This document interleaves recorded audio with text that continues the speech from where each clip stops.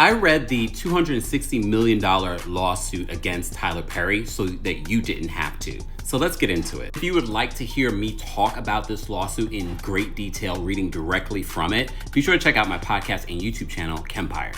This is Derek Dixon, an actor and a screenwriter who met Tyler Perry back in 2019. He claims that while working for this event company that was throwing an event for Tyler Perry picked him out of the crowd, and basically that's where it all began. And Tyler Perry gave him his first opportunity on a series called Ruthless. Then he would land a role on The Oval. So when this lawsuit, $260 million lawsuit came out, you only got a overview of some of the things that were in this lawsuit. Throughout the lawsuit, which I will say was well written, but by the end of it, was I convinced that Tyler Perry actually did something wrong. And look, we're not going to get into whether or not Tyler Perry is gay, bisexual, pansexual. There have been rumors for years.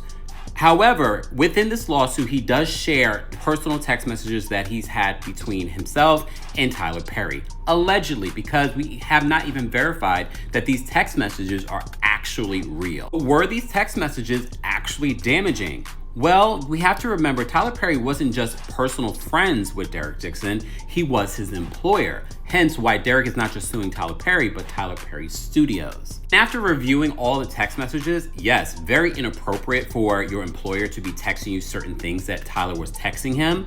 Is it worth $260 million? I think Derek also knows that he's not going to get $260 million.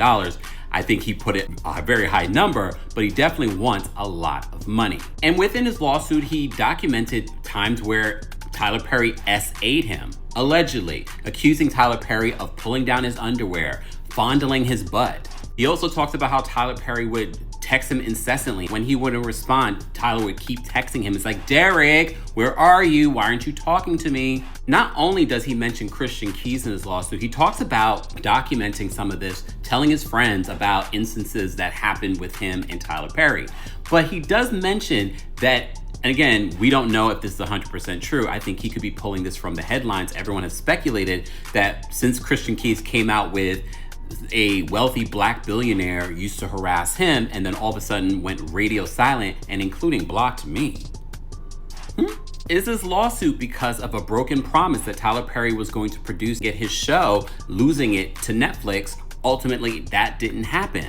However, back in June of last year, he did file a complaint with the EEOC, which Tyler Perry had to know about because they are informed of that. I have to say there's a lot more that goes into this, and we talk about this on my YouTube and my podcast, but by the end of reading this 40-page lawsuit, I'm not 100% convinced that it's worth